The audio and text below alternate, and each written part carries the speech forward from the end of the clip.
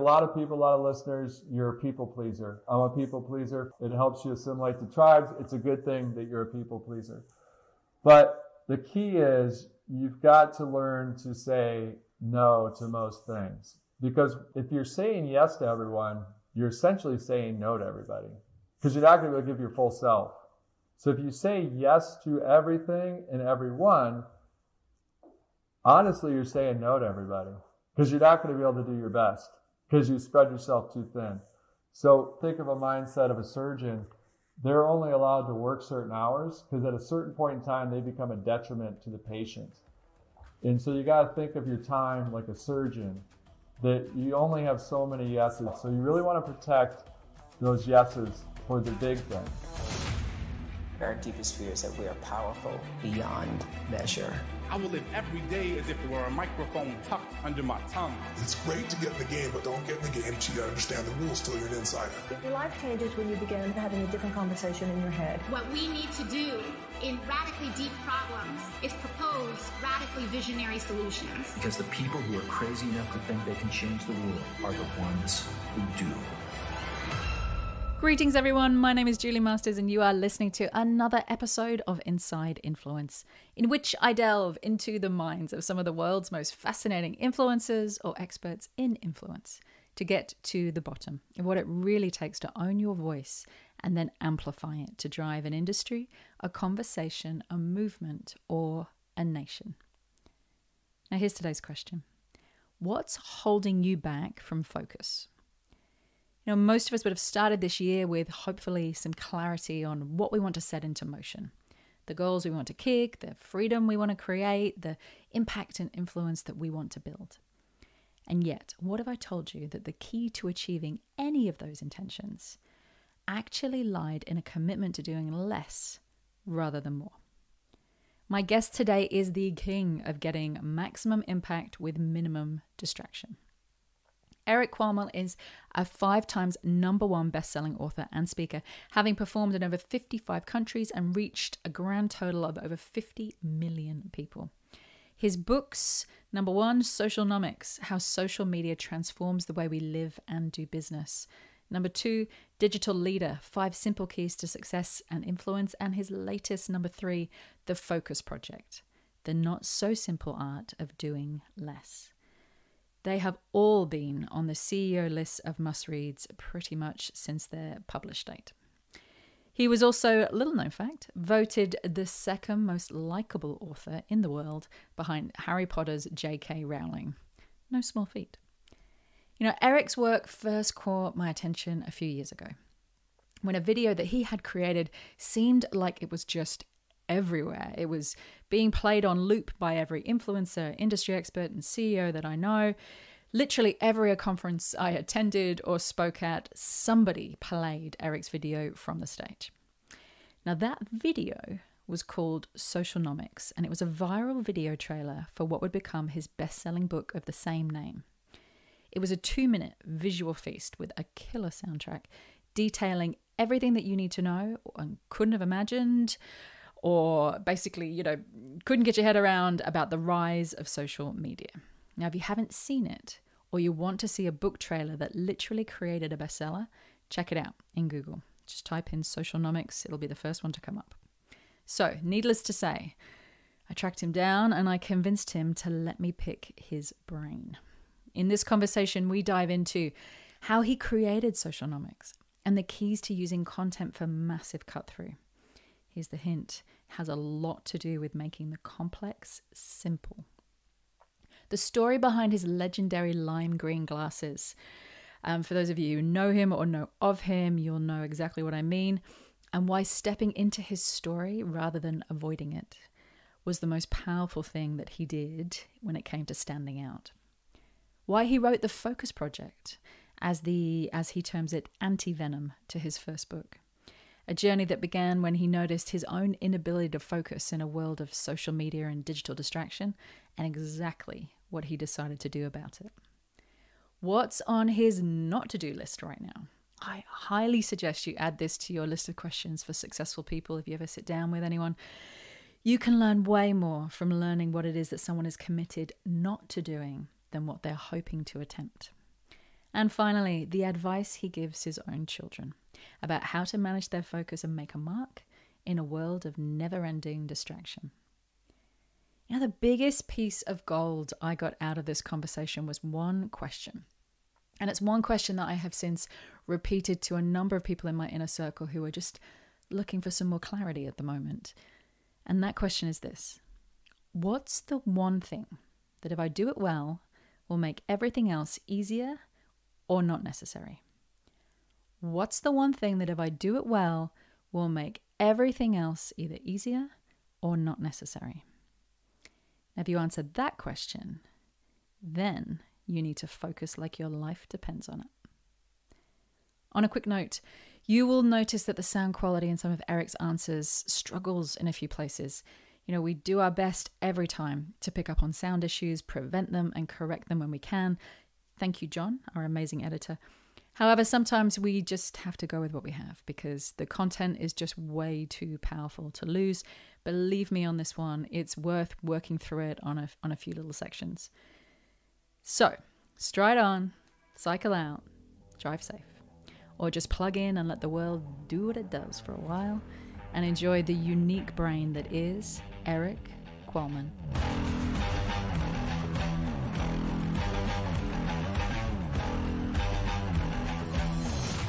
Welcome to the podcast, Erik Qualman. So lovely to have you here. Lovely to be here. Really happy to join your listeners. Well, I was saying briefly before we went on air that I first came across you and your work, I don't know how long ago, probably I would say 8 or 9 years ago through the Socialnomics videos that you produced. And I think you produced, at that stage anyway, one annually that was kind of a roundup of the year in terms of everything that we needed to know from a social media standpoint. Stats, trends, what's happening, some funny facts. But the way that you did it just really cut through. Like I remember in my industry, which is, you know, there's a lot of speakers, a lot of influencers, a lot of talent agents. Your videos just came through like wildfire. It was like you managed to tell that story in 2 minutes in a way that no one else had really been able to tell that story before. So I wanted to kick off with how did you start out? Like how did Socialnomics come to be? And then we can talk about how you came to tell the story. No, it's a great question. So my background, I fell in the tech industry before everyone was in tech. And literally, I was an intern at Cadillac and these things called websites had started. So like, you're young, go figure out what this website is. And fortunately at the time, it's pretty easy HTML. It's just basically PDFs online. But I'd always been in the tech space. So when social media came out, I started to see this thing, and I'd see my cousin who was 21 had to get on this thing called MySpace, and I'd watch her, and I started to realize, holy cow, this is the next thing. Like this is, before that it might have been search was a big thing. Before that was e-commerce was a big thing. Before that the websites were a big thing, the internet itself. I go, this is the next thing. This is going to revolutionize the way we communicate. But at the time, most people thought, no, this is just a teenage toy. And so as I talked to CEOs, I had a marketing at Travelzoo at the time. And so I'm like, we got to invest in this, guys. We're spending $50 million on search, but really we need to adjust and put all of our eggs in the social media basket, or a lot of them, because this is going to change the world. And no matter what CEO I was talking to, they thought it was just teenage stuff. So after an hour of speaking with them, they're like, oh, I kind of get what you're saying, Erik. I'm bought in, but they wouldn't take any action. So then I realized I've got to come in stronger. I've got to put together a video. I'm going to tell them the story through video in 2 minutes. That's just going to shock them. And that was what it was made to do. And then all of a sudden we put it on YouTube and it went massively viral because it turns out that everyone was trying to figure out what this social media was. And since it was to good music, it was in 2 minutes, it just made it simple to realize I've got to take action. Okay, yeah, this thing is huge and I've got to take action. So that's how it started. It's funny because the book Socialnomics, in the video itself, I don't really talk about the book Socialnomics. But with the publisher, they go, I don't understand how this video is supposed to sell the book. And I go, it will long term. And they go, but it doesn't talk about you in the video or the book. It's not telling them to buy the book. I go, yeah, because nobody would watch that. I go, this is trying to provide value to the user that needs to know what social media is and they need to take action. And they go, I still don't get it. I'm like, did you actually read the book? Because that's what the whole book's about, is how to use social media and you got to tell a story first and not sell yourself first, but provide value. So that's the whole impetus. I had no idea that thing went massively viral. All of a sudden I get these media outlets calling me. All the giant media outlets were calling me at the time. And so it was crazy. It was crazy. There's a few things I really want to highlight in there. Number one was you saw a trend arriving, and you tried to explain to everybody what was going on. And I think for anybody that's listening, we've all had those moments where you can see something coming and you're trying to explain that this is happening and we need to take action, and we need to take action quickly. And usually what happens in those moments when you're trying to pitch somebody who's got 1,000 things burning right now that they have to deal with, and when you're telling them that I can just smell smoke on the horizon, they're like, I don't, like, there are things literally burning in front of me.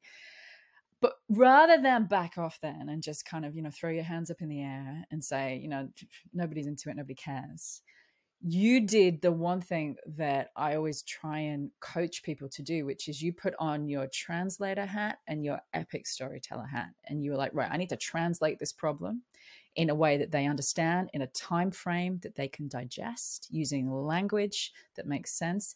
And I need to do it in an epic storytelling kind of a way that's really going to make an impact. And literally, for anyone who's listening, go check out these videos, because I've given them to CEOs before, and I've watched CEOs get up on stages and play your videos before they talk to their teams, just to highlight the changes in the digital landscape.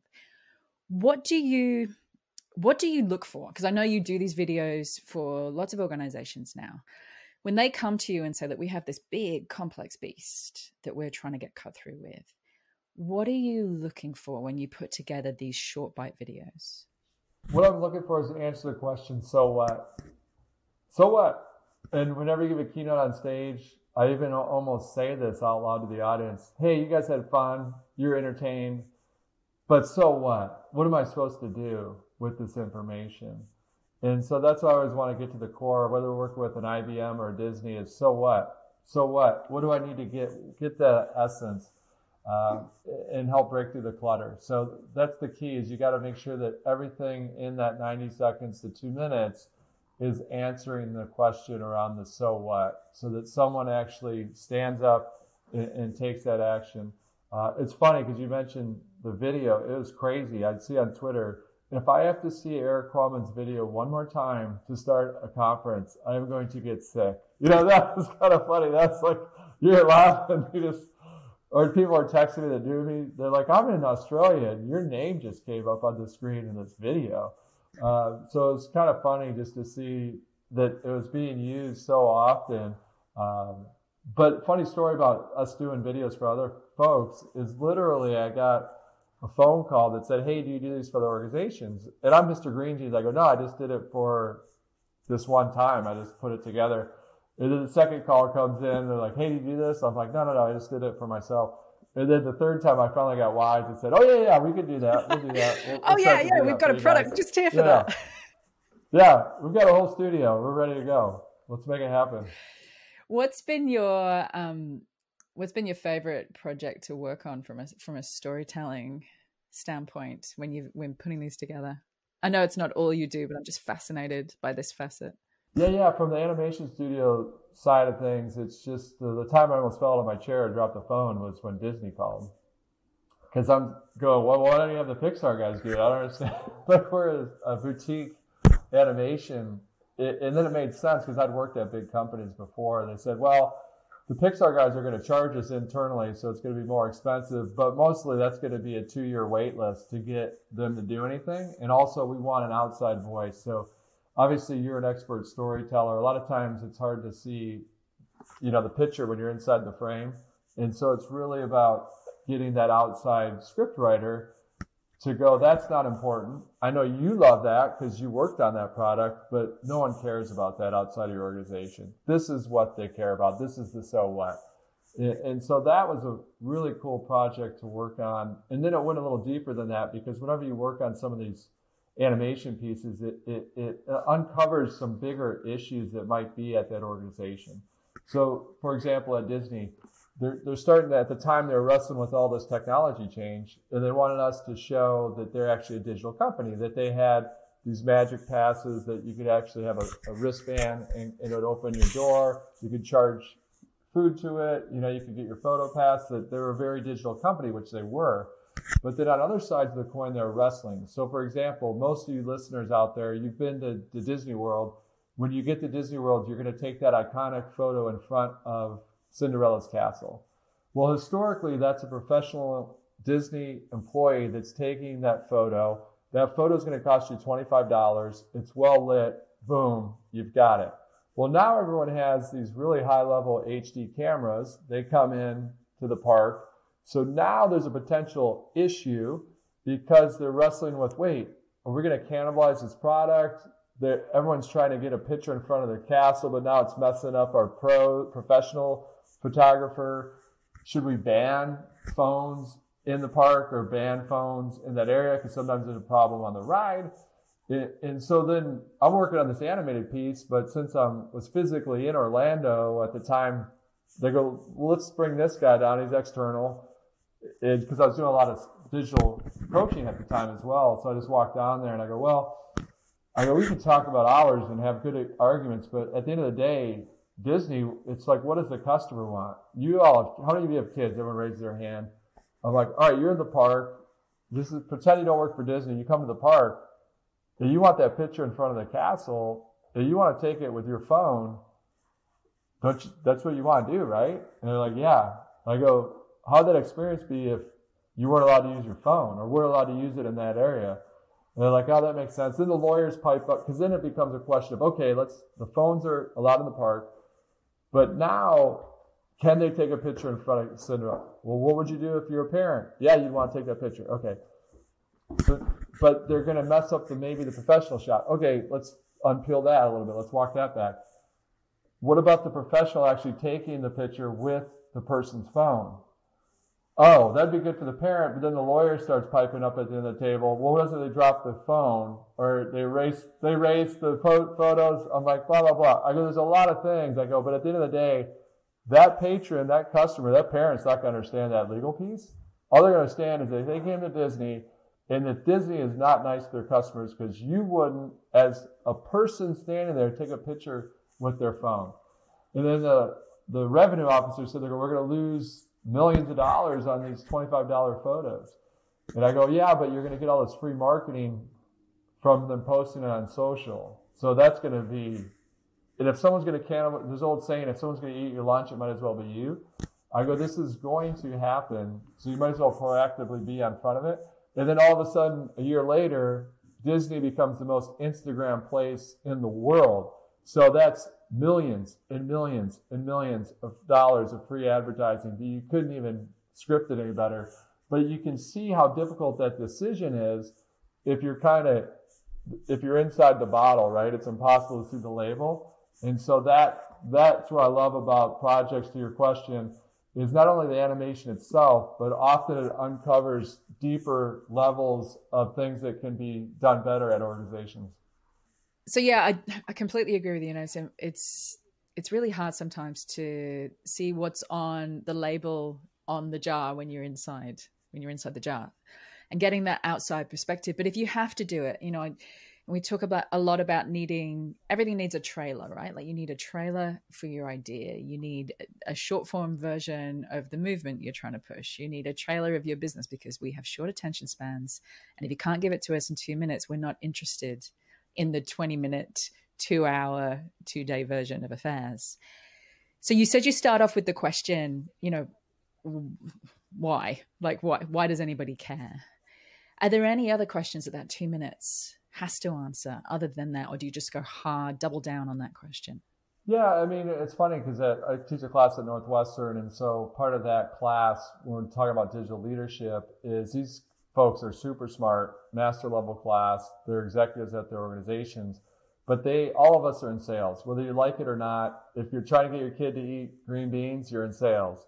If you're trying to get your nonprofit for people to kind of come to that charity event, you're in sales. You're trying to get them to that event. And so when you think about a storytelling, there's a lot of different ways to do it that get fairly complex for my simple mind. And so whenever I'm storytelling, I want what's the situation and what's the action and what's the result. So situation, action, result. If it's in the past, if it's a vision I'm trying to sell, then it's vision, action, result. And so more times than not, if you're at an organization, you've got to paint the picture so they get excited. Here's the vision of where we want to be. Here's the action on how we get there. And then most importantly, for most businesses, they're interested in the result. If we do this, what's the outcome? And so when it comes to storytelling, that's a great framework to use. If it's happened in the past, it's situation, action, result. So the story I just told at Disney, the situation was there's new technology. There's people bringing phones in the park. We don't know what to do because we take pictures in front of Cinderella's castle. And then the decision becomes the action is we're going to allow these phones in there and we're going to allow our professional photographers to take that photo of the family. We might lose money. So the result is we lose money on this side of the business, but we got all this free exposure on social media like Instagram that we actually made X amount of revenue. So always think through that framework of vision, action, result if it's in the future, or situation, action, result if it's a story that you're telling from the past. Love that. Love that. I want to just segue to a strange place for a second. I want to talk about your green glasses. If anyone who's watching the video, you'll be able to see these incredible green glasses. If you can't and you're listening to the audio, then, Google Erik and you'll see them very quickly. How did that come about? Because I know that was a journey for you. Mm-hmm. It has been a journey that continues, and it's a good example of things happening for you, not to you. That took me a long time to learn, 15 years actually. Most email addresses, it's your first initial last name, so it's Erik Qualman, first initial E, last name Qualman. It's an email address of Equal Man, and I did not like it. Borderline hated it for the first 15 years of my career because you might be an intern at Cadillac in Detroit and we need coffee for the meeting. Well, Equal Man, he sounds like a superhero. You can go get it. You're super fast. And so I didn't like it for 15 years. And then in a moment of time, I realized, wait, this isn't happening to me. This is happening for me. So my second book, Digital Leader, was doing pretty well. And so they wanted to do an interview for a magazine, and that magazine wanted to take a picture for the cover. And they asked me, hey, you have an interesting email address and website address of equalman.com. Do you mind if we give you some Clark Kent, like Superman glasses, since it sounds like a superhero? I go, yeah, we can have some fun with it. And they go, well, it's our St. Patty's edition. Do you mind if they're green? I go, yeah, whatever. We'll just have some fun. So we take the photo, and these are really bright glasses. They came out, they're like, whoa, those are really bright.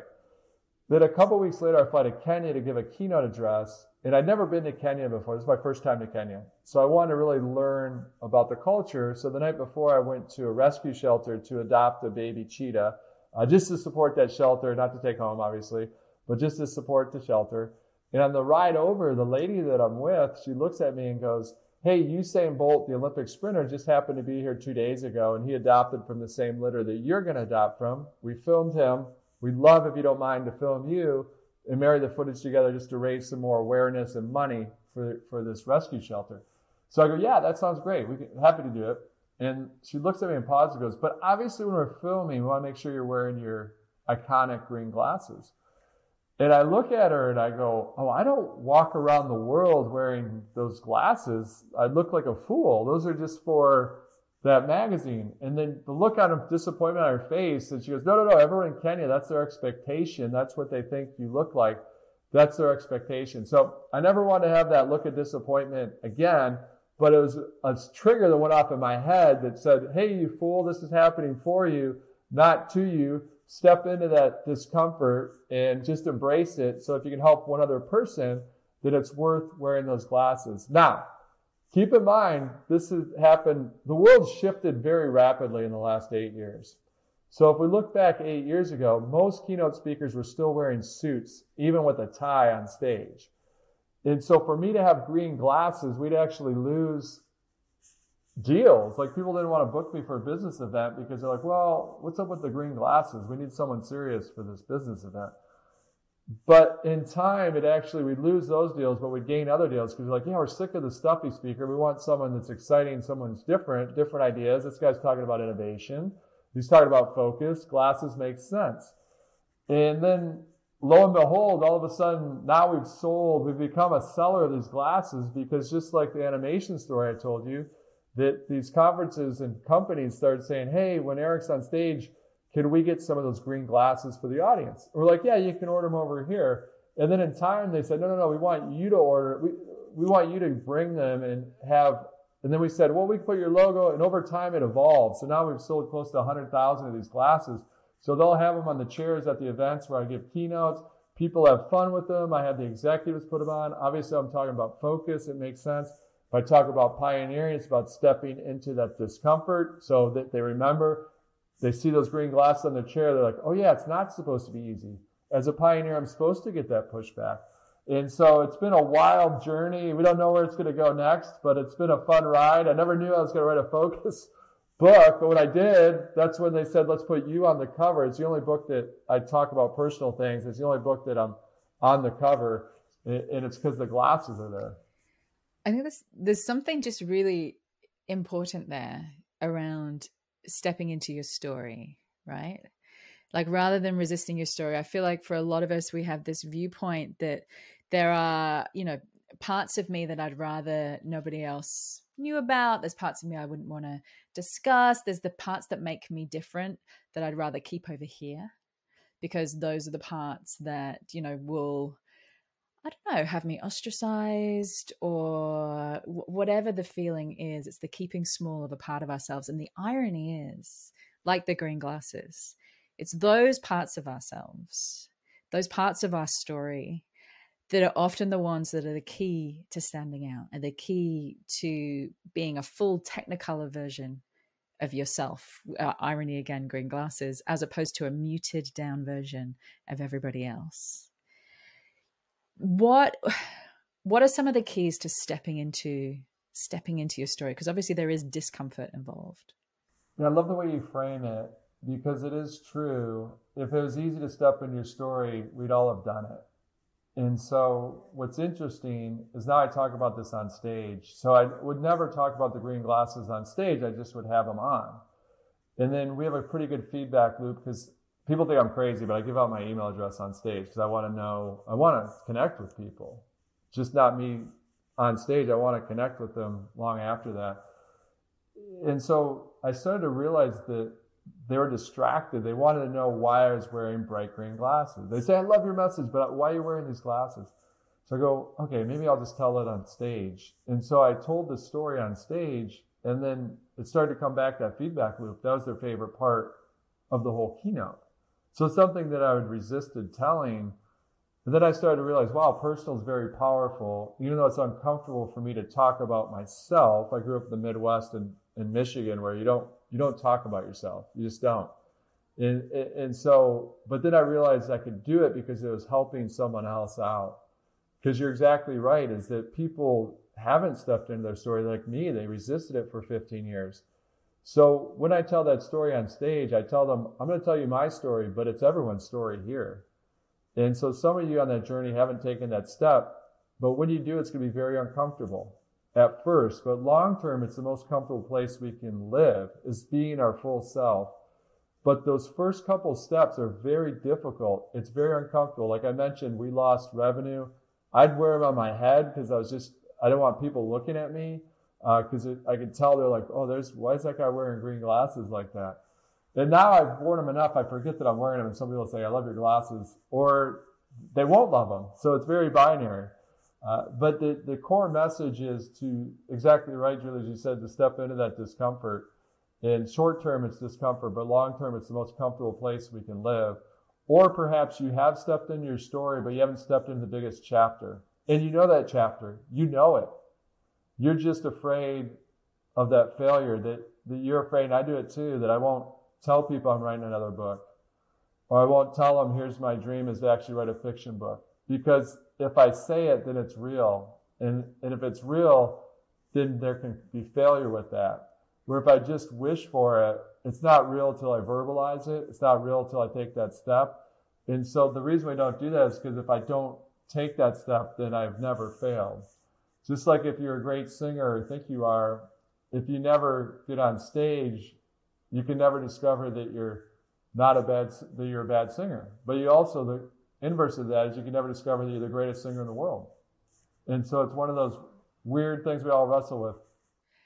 Somebody said something really interesting to me the other day, which really struck home. And it was, you're not afraid of failure. You're afraid of being seen as a beginner. And I had one of those moments where I thought, yeah, like I failed at a lot of things. I have a healthy fear of failure, but I failed at enough things now to know that I'll survive. But I do have fear of being seen as a beginner, of being seen as, not having any clue what I'm doing at something and trying things and all the things that you have to try in order to hit the thing that's going to work. For you, I kind of picked up there, and I don't know if this is true or not, and I know you'll tell me, that you feel like this chapter in the green glass is almost coming to a close, or you can see a time when it will come to a close, because there's the stepping into our story that's very true for us. And as you said, it's the most comfortable place we can be. We've got to get through the discomfort, and then it is the most comfortable, flowful, easeful place we can be, because it's just us being us. But then where's the opportunity then to change again, to transform again, to start a new chapter, to shed the things that don't represent you anymore? And it feels like you might be just on the edge of that again. Yeah, I mean, you come a long enough way that you're always trying to reinvent yourself. And sometimes it's overnight, but a lot of times it's evolutionary rather than revolutionary. And so whenever I get too stressed, which we all do, the world can be overwhelming. I'm very Christian. And so when you look at it from a lens, no matter what your faith is, just if you have a higher power, it gives you a little bit of relief that you don't control everything. And so no matter if you're not religious, it doesn't matter. I like to picture myself, I'm on a raft, there's a current, and that current is not something I control. And that current might take me down another path that I wasn't expecting. I wanted to go down this path, but it's taking me over here. And so my role is whenever I have something that comes in that says, hey, you need to paddle over here, that's your job. Like, it's not you just like floating. You're putting in effort. It's like, now you got to paddle over here. And it's phrased different ways, like one door shuts, another opens. But it's really, I like to vision myself on a tube. I don't control that current, and I don't really control where that current's going to take me. But I do control when I have that conviction, hey, the social media thing's big. You need to tell the world about it. So then you start to paddle towards that social media. Or we just released this game. We want to do a kids game, so kids get off their screen. Oh, paddle over here. For some reason, we want to do this kitty corn game. So we're going to do this kitty corn game. Let's paddle over here. Or the Focus Project is a lot different than the previous books. The other 5 books are very technical per se. I don't talk about myself. It's not personal at all. Where the Focus Project was very personal because I was struggling with focus. My hair was on fire. So that's why it's called the project. I wanted to undertake this project to help myself out. We'd have a readership of 1 no matter what, because I needed this. But then talk to more people that they were wrestling with it too. So that was, again, you're on the tube floating in the river. Oh, paddle over here. You got to uncover this focus thing because everyone's wrestling with it. All of a sudden the pandemic hits, throws fire, gasoline on the fire. Boom, now everyone's really wrestling with focus. And so you can only connect the dots looking back, as Steve Jobs famously said at Stanford commencement. But it's really about that journey and just trying to paddle when you have that conviction, but know that there's things beyond your control, that current. It's funny, my husband and I talked a lot about this during the lockdowns, that when the current changes, and again, just an amazing analogy, when the current changes, you have 2 options, right? You can either paddle with the current, or you can try and paddle or swim against the current. And guess who's going to win? It's not going to be you. And you're going to end up, exhausted, washed out, burnt out, and still in some way where the current wanted to take you. And so it's this beautiful dance, which I don't know that I do well all of the time. I know I don't actually do it well all of the time. this beautiful dance between feeling into where the momentum and the movement is taking to you, showing up and doing the paddling, and letting go of where you thought you were going, or where you thought this was taking you, or where you envisaged it was taking you. What have you learned? What have you learned about, and we're going to get onto focus projects in a second, but what have you learned about letting go in that? Yeah, I think the key is that you take the time to scream, take the time to let it out, take the time to yell, behind closed doors preferably. But yeah, let whatever your outlet is to kind of like go, that is not that's not the place I was expecting to go. I wanted to go over here. And so shout it out, didn't go as you expected, get that out. And then I like to take more of the scientific method of, well, that's interesting. Let's learn from that. And you can apply that to a lot of things in life. I grew up playing sport. I still do. So in tennis, while the opponent might get frustrated, I want to make sure they don't see that. I never want to overtly show them my frustration. And so what I'll do is I hit a shot. I'm like, well, that's interesting. Why that shot went in the net? Why did it go in the net? Trying to figure it out. Maybe my feet weren't right and trying to figure that out. Or on the opponent's side, okay, I'm losing to this guy because I keep serving it down the middle. Let's test this out and serve it wide and see if that helps. And so a good metaphor for life, a lot of sports, is that if you use that scientific approach, often that can kind of release that stress. But we all encounter that stress. We're not like Obi-Wan Kenobi. We've got to like yell. You got to like let it out. Like, man, I did not expect this. This is not what I was expecting. Why is my book not selling? Or I spent 2 years writing this and it's not going to sell. And then you can only look back because it pushes you to some other angle. Like, no, you should write this piece, or you should do more on the animation side, or you should do, X, Y, Z. So it's always fascinating. I love the scream it out. Like, it's been one of my words for this year. Exhale. Just, you've got to exhale at some point. You've got to just let it out, process it, move it through before you try and fill fill the container with anything else. Like, you empty out the container first. And then, and then you can fill it with more. But I don't feel like, we often take the time to do that. All right. I want to talk about the Focus Project. So many questions here. It's an incredible book, by the way. Congratulations. You can really feel like you wrote it as you said, a readership of one. Like, this was a project, something you were struggling with, and these are the tactics that you were trying out and the results that you were getting. Let's start with, how did it start? Because I know, I believe it started with a particular conversation. I mean, it just started because I was sitting there having a conversation with my wife and then a conversation with myself.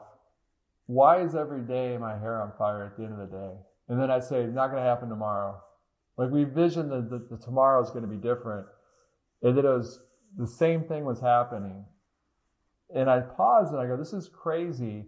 What have we built here as a business? Like, is it controlling me? Is this business now controlling? Did I build something that now controls me? And I paused and said, this is crazy because I'm the owner of this business. So I own my time? Why is my hair on fire every day? And then I started to talk to people, because that's what I like to do, is like, hey, this is what I'm wrestling with. And they go, I am too. I can't focus. My days are crazy. I can't get everything done. My to-do list is too big. And I'm stressed out, and I don't feel like I'm giving my kids enough time. But then work's suffering, and then my family's suffering, and all these parts of my life, then I'm not working out. And I go, this is crazy. And so I was talking to a lot of people, and they shared the same thing. But what I want to look at is, I go, there's got to be a solve for this. And realizing that, wait, we're placed on this earth. What have I built when I can we control our own time, whether we think it or not, we do control our time. So then I wanted to look at institutional research and then also street science. I was going to this isn't a new problem. It's a lot more difficult because of the hyperconnectivity of today's world, but it's not a new problem. The more I researched it, so history doesn't repeat itself, but it does rhyme. And so I was looking back at the Stoics, and I was looking back, wow, this has gone back since the age of time that people can't focus on big things versus busy ones, and they're stressed out. And so then I started to attack it. Okay, let me try this. Okay, let me try that. So that was the street science, me testing different things. And that's why in the book it's called The Project, because I wanted it to be a year project where I did a different focus a month. I failed miserably the first year. Because you couldn't focus? Again, if it's easy, it'd already be done. I couldn't focus. Because I go, all right, in order to have the luxury of writing this, primarily what drives we do a lot of things at Equal Man Studios, but the thing that drives most success is me speaking on stage, which you know quite well. So me speaking on stage. So I go, in order for us to afford this luxury of this project where I can focus on a different thing per month, the first month I've absolutely got to nail me getting booked on stage for the year. Now, historically, we haven't done any outreach of sales. It's kind of been lucky that it's kind of come inbound. So this was not only a new approach, but also just a more intentional approach to us being speakers on stage, or me being on stage. So that's what I did. I failed 5 times. I go, all right, I'm going to carve out a half-hour day just to focus on sales. And then the first month, 18 minutes for the whole month. And I go, what the heck? I'll write a book on this stuff. This is how hard it is. Oh, I'm getting pulled in every direction, and I'm going to the busy rather than the big. So 5 failed attempts. That's why it was a 2-year project. Then after the 5th time, the 2nd year, January 1, we finally got it right. And fortunately, it did work, because otherwise there's no book, right? If I don't get a lot of sales from that focus, and again, it's just a half-hour a day. So obviously, I do more than a half hour, but it's like I'm trying to do a minimum of 30 minutes a day. And it would go to 2 hours, but all of a sudden we had a record amount of sales, not only for January, but for the entire year, just by adjusting that focus. And that afforded me the luxury to focus on other things per month. Because I would just, before the book, I daydream about how cool would it be if I just got to focus on all the house projects for a month. Whether that's dealing with the contractors, whether that's getting the new bed, whether it's organizing, getting things cleaned out. So a lot of you listeners are probably like, oh, that sounds amazing. If I could just, I'm literally, month, as you're talking, writing a mental list of everything I would do, and it's comprehensive. Yeah, very comprehensive. So that's the whole thing. And then so we I was able to write it into a book, and that's why it's personal, and that's why I talk about my kids and my wife in the book, because it was a project, and just how do I focus on big things like family and big things that move the business rather than on all these busy things that can gobble you up and cause stress. All right, so let's get into what you learned for a second. So you said that the first year, let's call that trial and error year. It's the figuring it out year, or the figuring out what doesn't work. January 1, the next year, things start to change. What shifted? The big shift was just the intent, and I'll get into some tactical pieces, but the 3 main things, because when I get done with the book, I'm like, what are the 3 things that I learned? And so number 1, focus is very, very, very, very, very hard in this hyper-connected world. So that's why there's 5 failures in that year. That's why the projects are 2 years instead of 1. But the cool thing is that focus can be learned, but it has to be intentional on how you learn it. Second, the top thought leaders, successful people, are better at focusing than us. That's why they're at the top. Now, they don't have an inherent DNA that lets them focus better. What they've learned is systematically systems and processes. And most of those systems and processes are around saying no. And we'll get into some of the tactical stuff, but one of the key takeaways, if it's not a hell yes, it should be a hell no. So if it's not a hell yes, it should be a hell no. So say no to almost everything, because that allows you to say yes to the big things. That's what successful people do and thought leaders do. And then last but not least, that it is progress, not perfection. I wrote a book on this. I did 2 years on this, a year where it was written about in the project. And the gravitational pull to this day, I always reference the book because the pull is strong. So it's about progress, not perfection. You're going to have days just like I do where like, that was not a very focused day. Give yourself some grace. Think about life as a roller coaster. The key is that long line over the years continues to go up, but there's dips over the months, over the days, over sometimes the years, the seasons. It's just making sure that long-term line continues to go up, but it's more like a roller coaster ride. So progress over perfection when it comes to focus. Give yourself some grace. Talk to me about the tactical. I want to know, so you've done the project now. What are some of the key parts of that project that are still part of your life today, that you're still doing, still using as part of your structure? So we just talked a little about, so if it's not a hell yes, it should be a hell no. So like a lot of people, a lot of listeners, you're a people pleaser. I'm a people pleaser. For most society, that does you well. It helps you assimilate to tribes. It's a good thing that you're a people pleaser. But the key is you've got to learn to say no to most things. Because what I also learned, this will give you some help. It'll make you feel better when you say no. If you're saying yes to everyone, you're essentially saying no to everybody. Because you're not going to be able to give your full self. So if you say yes to everything and everyone, honestly, you're saying no to everybody. Because you're not going to be able to do your best. Because you spread yourself too thin. So think of that mindset, or think of a mindset of a surgeon. They're only allowed to work certain hours because at a certain point in time, they become a detriment to the patient. And so you got to think of your time like a surgeon, that you only have so many yeses. Or if you're in retail, or I'm an e-commerce person, you got to think of inventory. Like think of boxes that say yes, and you've got a lot more. You only have so many yeses on that shelf. So every time you say yes, you got to think of yourself physically taking that yes box off the shelf. So you really want to protect those yeses for the big things, Now, how do you say no? It's easy for me to say no. So you want to get systems and processes in place to make it easy on yourself. So this is a good story of, without the project, this never would have happened. So I volunteer my time at our church to teach Sunday school. Now my girls are young, so they're in Sunday school. Now I travel quite a bit for work because I'm a keynote speaker, so I travel the world. And so when I'm at home, I want to be spending time with the family. So I want to make sure that I'm teaching my girls' class. So I'll say, yes, I'm happy to volunteer. I know you need teachers. I'm happy to volunteer. I'd really prefer to be with my girls. And then invariably, they'd email me that week and say, hey, we don't have enough people to cover the boys. Can you cover the boys? And before the project, I'd say yes.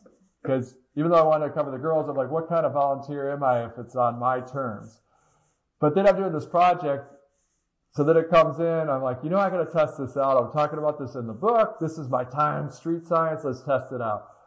So they go, hey, can you do the boys? And I go, hey, I'd really like to help with the boys, but since I travel so much, I'm only going to be able to do the girls because I want to make sure I'm spending time with my girls when I'm in town. And so I'm like, yeah, I did it. Sweet. I sent that off. We're good. I can't believe I did that. I feel kind of bad because I'm like, this is a terrible volunteer. Just like, no, I'm not going to help you out. I'll only help you this way. So I feel bad, but net positive. I'm like, I did it. I said no. That's really good. Then I thought that was the end of it. Nope. 2 days later, same lady. Hey, I know you said no, but really we're in a tight spot because we know you've worked with the boys before. Could you handle the boys this weekend? And I go, man, this is the testing ground. But thankfully, I've got this book. I got to test it. So I literally copy and paste the same email that I wrote previously. So that's the system, process. Copy, paste it, send it back. This time she goes, all right, great. We've got Jill. She's going to cover the boys. And then this isn't always going to work out like this. Like my girls say, it's not always rainbows and unicorns. But it turns out that Jill actually enjoyed working with the boys better than the girls. So it actually worked out net best for all. But I was just really proud of myself as a people pleaser that I was able to do that. And that was liberating for me because then from there, I go, oh my gosh, this is so good that if it's not a hell yes, it should be a hell no. And then so I have a copy and paste email. If someone reaches out to me and it's not a hell yes, then I just copy and paste and say, hey, this is a great opportunity. I'm honored that you reached out to me to do this opportunity, but I apologize. I'm not going to be able to do it because I'm heads down writing this next book or whatever it is I'm working on that I do want to do. And I'm not leaving it open. That's another learning. It's not like, hey, I can't do it this week because guess what? Next week, they're going to reach out to you. So if it's not a hell yes, it's a hell no for all time, right? You just want to be quick and to the point. Now, on the other side of that, we do the research. That's actually good for the recipient. They're not, the best thing is they get a yes. But the second best thing is a definitive no. Because then they're not holding a spot. Or if they're in sales, they're not talking about you on the pipeline for a couple of weeks. Hey, this person's kind of interested. I think we're going to sell it to them. And then it's a long no. That's the worst no. They didn't get to move on. They're spending time on you. Or they're waiting for your answer. So they weren't able to get another volunteer, so to speak, for if you're at a charity. So anyways, that sharp, short no is actually the second best gift that you can give someone if they're asking you for a favor. I love what you did there when you broke down the no. You started with respect and appreciation. I really appreciate you bringing this to me. And then you made it about you rather than about them, which is, it's not about you. It's not about your opportunity. I am working on something at the moment that I want to give my 100% focus to, or I want to spend more time with my family or whatever it happens to be. So I'm going to have to, regretfully decline on this occasion. I wish you all the best with your project. And as you said, closed door. No, you know what? Maybe check in with me a little bit later. Maybe, which I am a classic for doing. Maybe talk to me a bit towards the end of the year. Maybe get back in touch next year.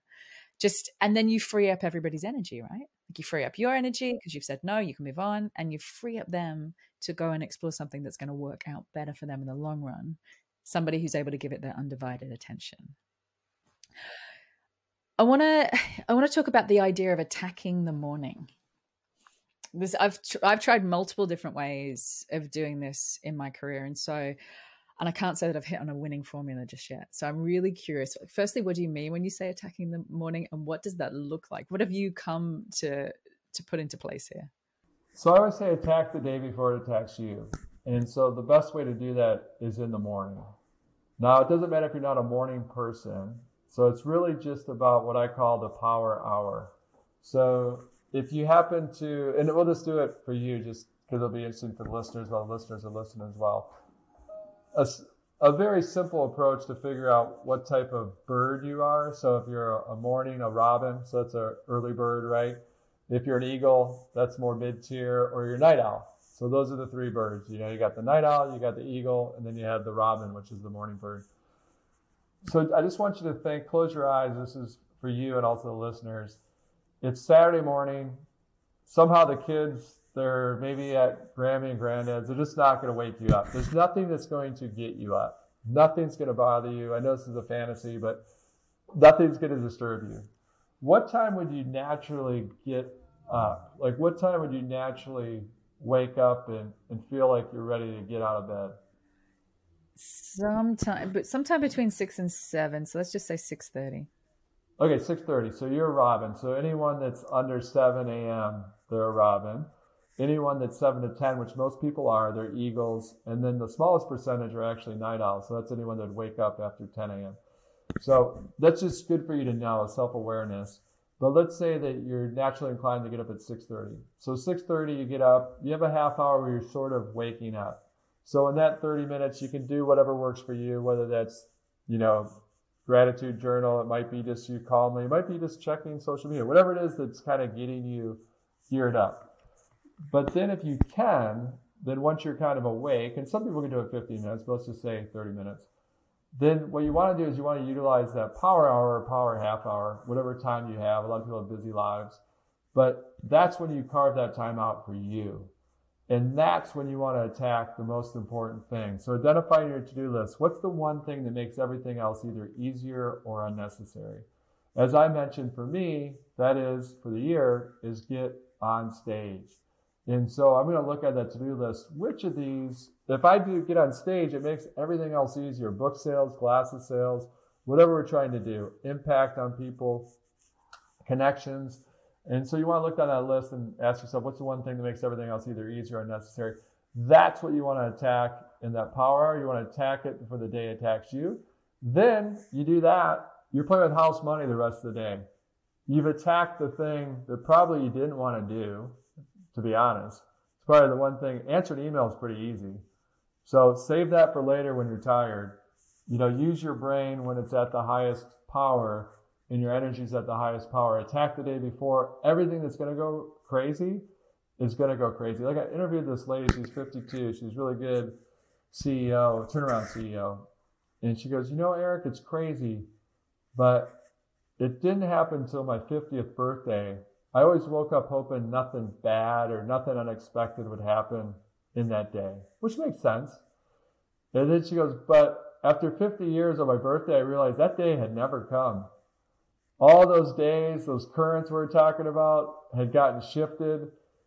And so instead of approaching the day like, I hope nothing bizarre happens or bad happens, I wake up and go, can't wait to see what challenges are facing me. They'll make me better today and how I attack those challenges. So she's not a masochist. It's just she realized that's the wrong approach, to wake up and just hope that the day is going to go perfectly planned. That day had never come for her. So circling back, it's really, you got to attack the day before all those challenges start to take place. So then you're playing with house money. Oh, I'm writing a book. Okay, so I spent 30 minutes writing. Okay, I did the most important thing today. I did that. The day might get sideways where I don't feel like I have control, but that's okay because I did that 30 minutes in the morning. I attacked that one thing that's so important. I used to have, I've lost it now, but when I had a big team, when I had a big global team, I used to have the 11 o'clock rule, 11 a.m. So, at that stage, I had calls from the US probably about 5 until kind of 7 a.m. in the morning. And then, I'd have breakfast, get ready. This is before kids. But that time between about 8 and 11, I didn't get into my emails. I didn't do anything reactive. I just attacked the priorities that I wanted to work on, because my theory was, and it didn't always work out, my theory was that if I can do what I need to do before 11, so no meetings, no emails, between 11 and 12, I can still get back to people via email, which means I've still got back to them that morning. If they email me the prior day, I've still got back to them the next morning. But I carve out between 3 to 2 hours every single day to work on the things that are important to me. And, the team knows it. There's no meetings prior to that time. That is time where I just get stuff done. And then the rest of the day can be the rest of the day, like the challenges, the disruptions, the fires to put out, the child who's homesick, the rest of the day can be the rest of the day. But I just love that concept of attacking your morning, or optimizing your morning, like getting it done before it happens to you. But I love that you're intentional at that point from 8 to 11. And sometimes it's honestly a death to a loved one, to where you drop everything. You drop everything, you go to be with the family, you go to the funeral, and you're out of pocket for 4-5 days. You don't do work at all because you're just 100% focused in that moment. And then you realize, hey, the world continued without me. And so even though in my mind, I think I can't afford just to devote 8 to 11 to myself or to these projects that I think are the most important, but it gives you that realization. You're like, I was gone 5 days. It didn't do a thing. So I can definitely do 3 hours a day to where it's just, I'm shut off. I'm focused, like deeply focused on the things that matter. You've talked before about a to-do list and a not to-do list, and getting really clear on what's on each. And I'm guessing, your not to-do list should be much bigger than your to-do list. What's on your not to-do list right now? Like, how do you structure that? Not to-do list for sure is not to answer email in the morning. So that should not be the first thing you do, because you can do that when your brain's tired later. So that's on the not to-do list. On the not to-do list, as we mentioned, is saying yes to everything. Like chalk up, kind of take pride in saying no, saying it the right way, being polite and being respectful. But that's also on the not to-do list, saying yes to everything. Sometimes it can be specific. So for a long time, when social media, like you mentioned with the videos, so people are reaching out to me, hey, companies, big brands, can you run our social media? Like I would do coaching for a day, but they're like, no, we want you and your team to run our social campaigns. And I would say, no. And then finally I go, I don't know how long this opportunity is going to be available. It doesn't feel like it's in my DNA. Like Gary Vaynerchuk's running VaynerMedia. Like that's just not my thing, I don't think, to run a big agency. But I go, it's not really fair to my team. Let me go ask the team. They're like, let's do it. I go, look, I'm not going to be able to help much. I'm like, my head's down over here on this other stuff. Like, you're going to have to run it. This is like not easy to do. You sure you want to do it? Yeah, let's do it. Long story longer, it was a disaster for us and for this big brand. Fortunately, we quickly realized that, say, hey, you don't have to, they're like, you don't have to be beholden to this contract. They knew it was going to be difficult for both sides, but let's just kind of move forward. So that's on the not to-do list. Certain things like that you go, okay, these certain opportunities you'll now turn down.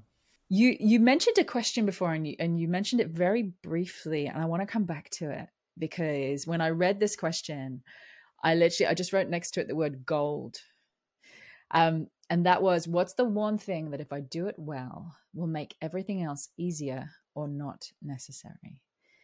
Just walk me through that question and give me some examples of what the answer could be, because I think that this is a game changer question for a lot of people. Yeah, so what's the one thing if we do it well makes everything easier and necessary? It gets back to a lot of the listeners might know the Pareto principle that, 80% of the results are from 20% of either a product or your effort. So when you look at, say, Google, still to this day, almost all their revenue comes from search. So at the end of the day, if they don't improve the search algorithm, if they lose that part of the business, they can have Google Maps, they can have Gmail, they can have Google Cloud, they can have Google Sheets, but at the end of the day is if they don't do that well, that's a problem. And so what's the one thing that if I do it well, makes everything else either easier or unnecessary? So if you look on a to-do list, as I mentioned earlier, if I've got a long to-do list, well, on that to-do list, it might say, hey, we need to do better on the podcast. We need to get more subscribers to the podcast, let's say. That's on the to-do list. Well, what's the one thing if I do it well might make that so I don't have to do anything to get more subscribers to the podcast? Well, it might be me on stage. So that's the one thing if we do it well, it'll make everything else either easier or unnecessary. It'll certainly make getting subscribers to the podcast easier if I'm on stage a lot. And it might mean I don't have to run any ads for the podcast or even put as much organic time into the podcast because I'm on stage. I get off stage and I go, hey, do you have a podcast? Yes, here it is. And we've got a little card I can hand them if they ask for it. And so that's an example of looking at all your to-dos and your goals and saying, really, what's that keystone? When you think about building a building, it's all about that keystone. What's the main thing that if I do it well, it's going to make everything else either easier or unnecessary? Now, more times than not, that actually is sometimes the thing you don't want to do. Some people call it eating the frog. It might be whatever it is that you have to do, but a lot of times it's the thing you sort of know you need to do, but maybe you don't want to do it and you put it off, but you know that it's like taking your medicine sometimes. And tying back to the previous point, that's what you do in those first couple of hours of the day. That's the thing you attack first up. And make it easy on yourself. It can be like if you want to write a book, I used to be, I put pressure on myself and go write X amount of words. Some authors do that because people always ask me, what's the system for writing books? I go, everyone's different. I try to do it where I'm going to write X amount of words. And I go, that's not really working for me. So instead I go, today I'm just going to put a half hour of writing, whether that's one sentence or whether that's maybe, sometimes it's 3,000 words that never go in the book. That's so bad. But I just put in that 30 minutes.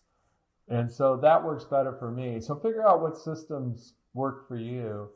But it's staying intentional, just keeping at it. It's that trickle, right? It's that keep trickling away. So whatever that big goal is that you have, it could be you want to get in better shape. A lot of people want to get in better shape at the beginning of the year. And so you want to make it easy on yourself just to take that small step. It's not go out, I'm going to buy this gym membership and I'm going to work out an hour a day. It could be just that, okay, every time that I brush my teeth, I'm going to do one push-up. Well, obviously, you're probably going to do more than one push-up when you do that. You probably brush your teeth 3 or 4 times a day, 5, whatever, how many times you brush your teeth. But that's a good approach, is to make it small bites, chunks, and it's the small steps that really lead to those giant leaps. I'm curious because you've got a family. We were talking about your kids before we came on air. You've got a massive speaking schedule. You've got the studios. You're writing books. For me, as someone who has young children and runs a business and has a podcast, and there's constantly this, I don't want to call it tension, but it's a dance. Let's call it a dance. It's a dance between the being out in the world and the being here and present for the tiny things. There's the big thoughts, big ideas, big stages, and then here and present and awake, the discipline of attention for the tiny little things like, the wobbly tooth or the sock that's not right. How do you how do you dance that dance? How have you learned to dance that dance? I've been lucky because early on I identified that some of my peers, it's you do you. And so I know that at the end of this short span that we're here, that I'm not going to look back and go, man, I wish I would have taken 5 more speaking deals. Or I wish I would have made X amount more money. But I know that I would say, man, I wish I was there more. And so then you have to put in systems and processes to protect what's important to you. And so we quickly realized that 52 nights seemed about right. The 52 nights away from the kids is about what I could tolerate. And it's also good for them that I be present. But it was mainly selfishly for me because I love being around the family. And so again, you do what's best for you. But for me, that was what's going to work best for me. So a lot of times we take the kids, we've had amazing experiences of taking them around the world because when I speak in the summer, they travel with me. Obviously, when they're in school, they're not going to travel with me. And so it's really making sure that we're focused on that number one metric is at 52 nights away. And what that helps do, though, is it helps raise your speaking fee sometimes, or it helps you really push back more than you normally maybe would have from a business perspective. But most importantly, it's really putting those guardrails in place so you don't, all of us have the tendency to go off the road. And so putting those guardrails in place systematically to make sure that what's going to matter 5 years from now, 10 years from now. And so always asking yourself that question. And now it's so wonderful. I'm so lucky to be in this business because if I get a speaking deal, I'm super excited because obviously that's revenue, but also I get to impact people from the stage. So, oh, this is amazing. I've got this event. I'm going to Toronto tomorrow. We're going to rock it. And then the other side of it is that, oh, someone else, they picked this speaker. They picked James Clear for this event. Oh, that's cool. I'll be at home with the kids. So if you take that approach, then it kind of changes everything. But again, that's just my system. But I tell that because everyone out there listening, you'll develop your own system. And at the end of each day, basically, I try to do this. And this is crazy. I'm going to tell you because it only takes 60 seconds. There's days I don't do this. It's like, how do you not do that? 60 seconds. So on a Google spreadsheet, I write down there, was it a +1 day, a +2, or +3? -1, -2, -3. And then next to that, I write down why. Why was it a +2 day? Why was it such a good day? Or -2, why was it a -2? Like you felt like the world, you didn't have any control. What was it?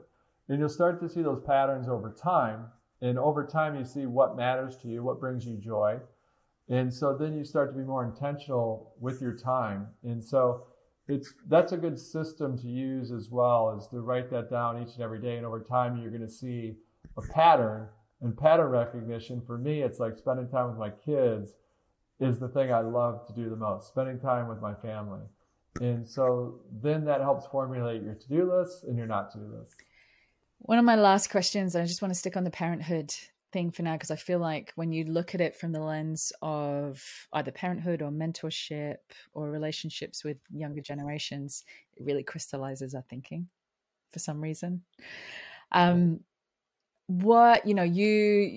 obviously wrote Socialnomics, which was about this coming wave, that this tsunami that is not getting any slower of digital proliferation in our lives, social media, everything else, when we're meta. And then you were very clear about the fact that you wrote the Focus Project as almost the anti-venom to that. I wrote about this is coming. We're going to need this now. Because guess what? The only intention of the digital world is to strip you of your focus, strip you of your attention. So you've written those 2 books. What advice or guidance do you give your children about how and where they spend their attention with that constant pull from the digital world?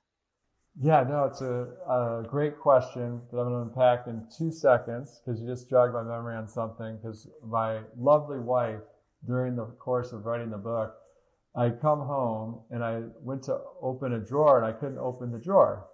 And you've all been there. It's almost impossible to get your hand in there to release whatever. It was too stuffed. So I finally get it open. I'm like, oh my gosh, this drawer is crazy full. And my youngest daughter at the time, I think she was 5, I started to move items from the drawer. I go, there's an empty drawer right next to it. So I started to put half the stuff in the empty drawer. And my daughter is so funny, goes, Daddy, you can't put stuff in that drawer. I go, why not? It's empty. She goes, that's Mommy's drawer. I go, yeah, but it's empty. This one's, I can't even open it. It's so crowded with your guys' stuff. And she goes, no, that's Mommy's drawer. You're going to get in trouble if you put stuff in that drawer. I'm like, all right, I'll deal with that. So I put it in there. And then sure enough, my wife comes home. She goes, who put stuff in this drawer? And I go, I did. I couldn't open the drawer next to it. She goes, no, this is the drawer. I need it to be empty. I go, what? That's crazy. What do you mean you want it empty? She goes, I can't have every drawer in the house full. This is my way of saying my life is not completely overstuffed, that I actually have one drawer that's empty. And I go, you know what? Either we're both crazy, but since I write this book on focus, that's genius. And I'm going to put that in the book, that you have the concept that you have to have this empty drawer. And then I politely asked, can we make it the smallest drawer? No. No, but it was just that metaphor to have that empty drawer in your life. But with the kids, when it comes to digital, a couple things. First of all, and we did some research for a video that Steve Jobs wouldn't let his kids on the iPad. If you look at some of the top tech execs that I've been able to interview, they're writing the programs that are keeping these kids on these tools. They want to let their kids use them. So the tools aren't inherently bad, but they are designed to make money. And so they have PhDs that are writing code to get you to stay on them longer, whether you're an adult or whether you're a teenager. Now, the issue is with the teens, their prefrontal cortex isn't developed, so they're at a bigger disadvantage. But still, adults get addicted to these things as well. So my approach is to let them know that these tools are good, that these tools, if you use them well, are good. They can connect the world. You can understand people better because it's removing time and distance, that you can connect with more people, but that it's a balance, that it truly is that you have to limit, and you can't replace face-to-face. But when time and distance and safety are an issue, these tools are great to use to connect with people, but you cannot replace that face-to-face. And so we've been fortunate, knock on wood, to date, but it's really just about not making it say no, because they're going to want it more, but just kind of walking them through scenarios before they happen. Hey, it's fine. We're going to let you can go on Instagram. We trust you. You can handle it. But what's going to happen, this is going to happen to you, is when people start posting pictures of a party that you weren't invited to. How are you going to handle that? So instead of dealing with that in an emotional time when it does happen, try to ask it before it occurs, when you can deal with it in a non-emotional state. And now, again, these are just tips that give you a better chance, but we don't live in utopia, so sometimes things are going to happen. So it's just really about working as a team rather than just like, I'm going to tell you what you can do. Let's work as a team to collectively figure out what's best for everybody. I love that. Practicing it before it happens, Yeah. And the other thing too is that they have sleepovers. This is really hard to do because you don't want to be the uncool parents. They're like, hey, sorry, Kelly, but here in this house, once it hits 10 o'clock, the phone's charged down here and they're in this area. You can't access them. Oh, I have no issue being the uncool parent. None at all. I don't have that. I don't have that drawback. Yeah. I'm all in for uncool. I'm very used to it. Finally, before I let you go, if this episode is going to be released, it's going to be one of the first ones that's released in the new year. And there's going to be a lot of people out there who have some big goals they want to kick next year, who, the past few years, there's been roadblocks and a lot of stuff happening. And I can already feel everybody kind of going, right, next year is my year. What one thing, if I was going to change one thing, if I had a big goal I wanted to kick next year and I wanted to focus on it and get it done, what's the one thing that I should change or put into play that's going to give me the best chance of getting that done? The science shows write it down and share it. Share it with a friend that's going to hold you accountable. When you do that, you go from 7% chance. If you write it down and then share it, there's other steps involved, but if you do those two, it increases it over 50% chance you're going to get it done. And so that's the key, is to share it. That's the hardest thing to do because now you're committed. And that person's going to hold you accountable. You're like, oh no, see Julie, I told her I was writing a book, or I told her I was going to run this marathon, and now, oh, there she is at the supermarket. Oh God, she's going to ask me about this. I'm going to get you. I'm going to hold you accountable. Oh, well, Erik, thank you. Thank you so much for your time and for all of the work. Like I said, I've been an avid follower for nearly a decade now, and your work just continues to go from world class to world class to world class. So an absolute pleasure being able to unpack it with you today. No, such an honor. I'm glad we're finally able to connect. This is so wonderful, and keep being a light out there. You're changing everyone's life. So I love your journey. It's just an inspiration to all of us. So thank you so much. Thank you. Thanks so much for listening. I hope you enjoyed this episode and have seized hold of at least one tool, idea, or mindset that will help you start raising your own level of influence. Now, for those of you who want to take the next step in your journey or would just love a roadmap to becoming the most influential voice, idea, or brand in your space, then I have good news. You can now download the latest updated version of my ebook, The Influencer Code, from my website, juliemasters.com. Also, there's a link in the show notes. Just pop in your email address, and I promise I will not spam you, but it is jam-packed full of ideas, tools, and case studies that I have come across in my now 20 plus years of doing this work. Not to mention the 7 areas and 7 core questions that I have found to be hands down the most valuable when it comes to immediately lifting your ability to make an impact. Download it, keep it, share it, juice it for all it is worth. I hope it makes a massive difference in both your career and your business. Thank you always to my co-founder and the main brain behind this podcast, Lauren Kelly. You kick my butt in all the right ways. Thank you for making it happen. And if you did enjoy the show, then we would love you to share this podcast and leave us a review on iTunes, Google, Stitcher, whatever your platform of choice happens to be. And don't forget to subscribe to make sure that you never miss an episode.